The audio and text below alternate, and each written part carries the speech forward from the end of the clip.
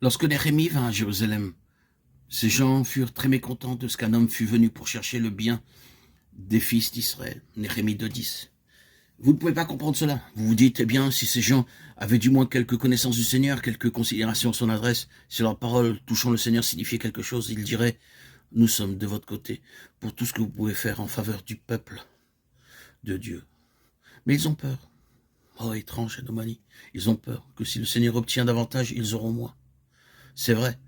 Et nous devons être très fidèles à ce sujet. C'est un fait. Il a toujours été ainsi. Ce sont les ennemis. Vous constatez cela dans une large mesure dans le Nouveau Testament, l'envie des Juifs, la jalousie des Juifs. Si nous le laissons faire, les Romains viendront détruire notre ville et notre nation, Jean 11, 48. Ils ont peur de perdre quelque chose qui leur appartient, qu'ils ont entrepris, dont ils sont les garants.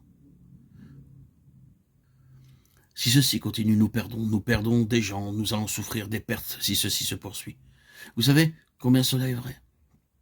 C'est un genre de crainte particulier. C'est une crainte irraisonnée, crainte qu'ils n'ont jamais eux-mêmes analysée ou prise en considération quant à la raison pour laquelle ils se trouvent dans la crainte.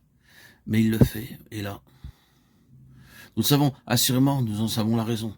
Si eux ne le savent pas, il y a un puissant royaume qui, tandis qu'il s'opposera au salut des perdus et essaiera de rendre en tout temps la vie chrétienne difficile, semble être très pernicieux lorsque la plénitude de Christ ou l'entrée de Christ dans son héritage se trouve en vue. Cela semble soulever quelque chose de taille, d'un caractère particulier. Pendant quelques instants, considérons les formes de l'opposition. Nous avons dit que cet objectif particulier en vue provoque un genre particulier d'hostilité et de conflit. Et cette hostilité prendra toutes les formes qu'elle pourra pour faire échouer le but de Dieu. Dans ce livre de Néhémie, vous trouvez une opposition constante de la part de ses ennemis. Ils essaieront une certaine forme de tactique à un certain moment. Puis, si cela n'a pas d'effet, et s'ils sont défaits, ils pivoteront, prendront un autre angle et feront une tentative à partir de là.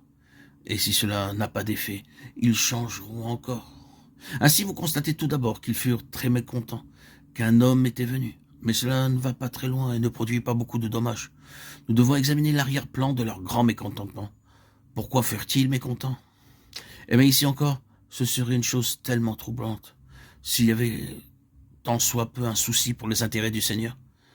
Néhémie explique son mobile pour entreprendre cette œuvre de reconstruction de la muraille, afin que nous ne soyons plus dans l'opprobre. Néhémie 2,17. L'état des choses qui existe signifie que le peuple du Seigneur se trouve dans l'opprobre. Le déshonneur pèse sur l'Église. C'est à cela que ceci se résume. Le monde ne fait pas grand cas d'elle. La gloire du Seigneur est voilée. Et il y a l'opprobre.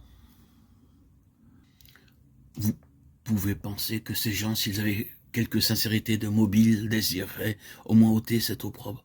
Mais là, vous parvenez au cœur des choses, parce que l'unique objectif de Satan, en une occasion antérieure, a toujours été d'amener l'opprobre sur le nom du Seigneur.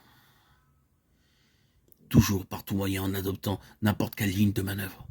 S'il peut diffamer le nom du Seigneur qui repose sur son peuple, il le fera. Ils furent alors très mécontents qu'il se trouvait quelque chose cherchant à ôter l'opprobre du Seigneur qui pesait sur son peuple.